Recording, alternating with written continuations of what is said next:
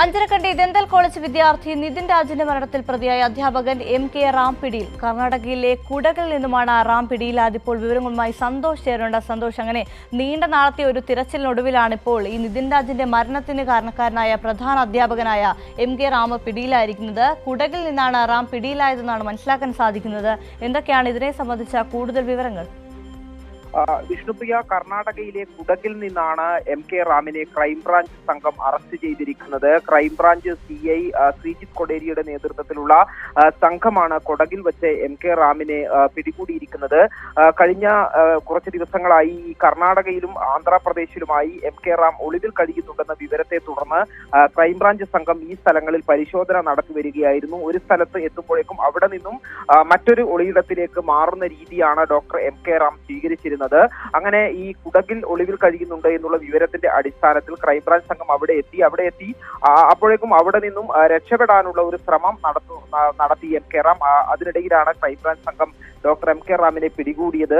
ഈ doctor MK റാമിന്റെ arrest വൈകുന്നതിൽ പോലീസിനെതിരെ വലിയ വിമർശനങ്ങൾ ഉയർന്നിരുന്നു. കാരണം നിതിൻ രാജിന്റെ ജീവനൊടുക്കിയ സംഭവം കഴിഞ്ഞ് 3 മാസം കഴിഞ്ഞിട്ടും എല്ലാ കോടതികളും, തലശ്ശേരി കോടതിയും ഹൈക്കോടതിയും സുപ്രീം കോടതിയും ഈ മുൻകൂർ ജാമ്യാപേക്ഷ തള്ളിയിട്ടും പ്രതിയെ പിടികൂടാത്തത് പോലീസിന് വീഴ്ചയാണ് എന്നുള്ള വിമർശനം ഉന്നയിച്ചിരുന്നു. നിതിൻ രാജിന്റെ കുടുംബാംഗങ്ങൾ മുഖ്യമന്ത്രി VD സതീശനെ കണ്ട് ഈ കാര്യത്തിലുള്ള അവരുടെ അതൃപ്തി അറിയിക്കുകയും ചെയ്തിരുന്നു. ഏതായാലും അതിന് പിന്നാലെ ക്രൈംബ്രാഞ്ച് സംഘം ഊർജിതമായി തന്നെ അന്വേഷണം ആരംഭിച്ചു. വിവിധ സംസ്ഥാനങ്ങൾ കേന്ദ്രീകരിച്ചുകൊണ്ടുള്ള അന്വേഷണമാണ് ക്രൈംബ്രാഞ്ച് സംഘം ആരംഭിച്ചത്.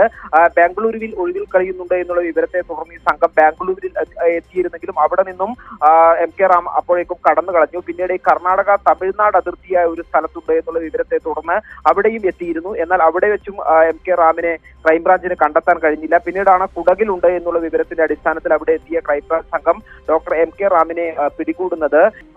അധ്യാപകരായ ഡോക്ടർ MK റാമിന്റെ മാനസിക പീഡനമാണ് ഈ ആത്മഹത്യക്ക് കാരണം എന്നുള്ള ആരോപണം കുടുംബാംഗങ്ങളും പിന്നീട് സഹപാഠികളും ഉൾപ്പെടെ ഉന്നയിച്ചിരുന്നു. അതിന്റെ അടിസ്ഥാനത്തിൽ ആത്മഹത്യാ പ്രേരണ കുറ്റമാണ് അധ്യാപകനായ ഡോക്ടർ MK റാമിനെതിരെ ചുമത്തിയിരിക്കുന്നത്. ഇഷ്ടപ്രിയ. സന്തോഷ്, അതുപോലെ നിതിനെ അധ്യാപക ജാതിയുടെയും അതുപോലെ കുടുംബ പശ്ചാത്തലത്തിന്റെയൊക്കെ പേരിൽ അധിക്ഷേപിക്കുന്ന ഒരു സാഹചര്യമൊക്കെ ഉണ്ടായിരുന്നു. ഇതിലൊക്കെ മാനസികമായി മനംനൊന്ത് ആണ് ഇപ്പോൾ നിതിൻ രാജ് ആത്മഹത്യ ചെയ്തത്. ഈ സംഭവത്തിന് പിന്നാലെ ബന്ധപ്പെട്ട അധ്യാപകർക്കെതിരെയൊക്കെ തന്നെ ആത്മഹത്യാ പ്രേരണ ഉൾപ്പെടെയുള്ള വകുപ്പുകളൊക്കെ ചുമത്തിയിരുന്നത്. ഈ പട്ടികജാതി പട്ടികവർഗ അതിക്രമ നിരോധന നിയമപ്രകാരമുള്ള ഒരുപാട് വകുപ്പുകളൊക്കെ ചുമത്തിയിരുന്നു. എങ്കിലും ഇങ്ങനെയൊക്കെ അന്വേഷണം നടക്കുന്നെങ്കിലും ഒരുപാട് തെരച്ചിലൊക്കെ നടന്നെങ്കിലും ഈ വിദ്യാർത്ഥി നിതിൻ രാജിന്റെ മരണത്തിനിടയാക്കിയ ഈ പ്രതിയായ അധ്യാപകൻ MK റാം പിടിയിൽ ആയിരിക്കുന്നത് ഇപ്പോഴാണ്. കാരണം ഇത്രയും നാളത്തെ തിരച്ചിലിനൊടുവിലാണ് പല സ്ഥലത്തും അദ്ദേഹം ഉണ്ടെന്ന് അറിഞ്ഞതിനെ തുടർന്ന് പല സംസ്ഥാനങ്ങൾ കേന്ദ്രീകരിച്ച് അന്വേഷണം നടത്തി. ഇപ്പൊ ഇതിനൊടുവിലാണ് ഇപ്പോൾ അദ്ദേഹത്തിനെ കർണാടകയിലെ കുടകിൽ നിന്ന് പിടികൂടിയത്, അല്ലേ? തീർച്ചയായും ഈ മരണത്തിന് തൊട്ടു പിന്നാലെ ഈ കോളേജിലെ അധികൃതരും ലോൺ ആപ്പുമായി ബന്ധപ്പെട്ട് ഈ നിതിൻ രാജ് ഒരു ലോൺ എടുക്കുകയും അതിന്റെ ഭാഗമായി ഉണ്ടാകുന്ന പ്രശ്നങ്ങളാണ് ഈ ആത്മഹത്യയിലേക്ക് നയിച്ചത് എന്നായിരുന്നു.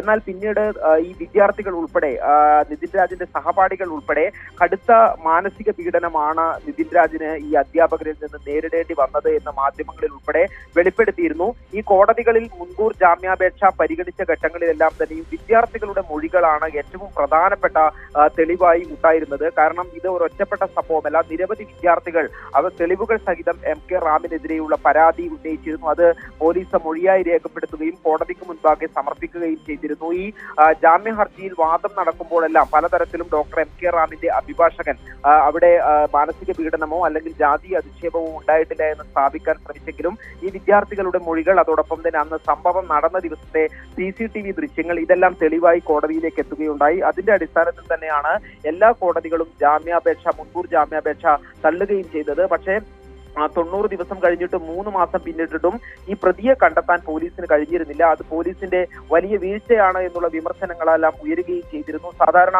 കേരള പോലീസ് ഇത്തരം കേസുകളിൽ പ്രതികളെ വളരെ സമർത്ഥമായി വേഗം തന്നെ പിടികൂടാറുണ്ട്. പക്ഷെ ഇത് ഏതാണ്ട് 70 ദിവസം കഴിഞ്ഞ് ഈ 90 ദിവസം കഴിഞ്ഞിട്ടും ഈ പ്രതിയെ പിടികൂടാൻ കഴിയാത്തതിനുള്ള വിമർശനം പോലീസിന് നേരെയെല്ലാം ഉയർന്നിരുന്നു. അതിന്റെ ഭാഗമായി തന്നെയാണ് ഈ ശക്തമായിട്ടുള്ള തിരച്ചിൽ പിന്നീട് ആരംഭിക്കുകയും ഇപ്പോൾ ഈ പ്രതിയെ പിടികൂടുകയും ചെയ്തിരിക്കുന്നത്.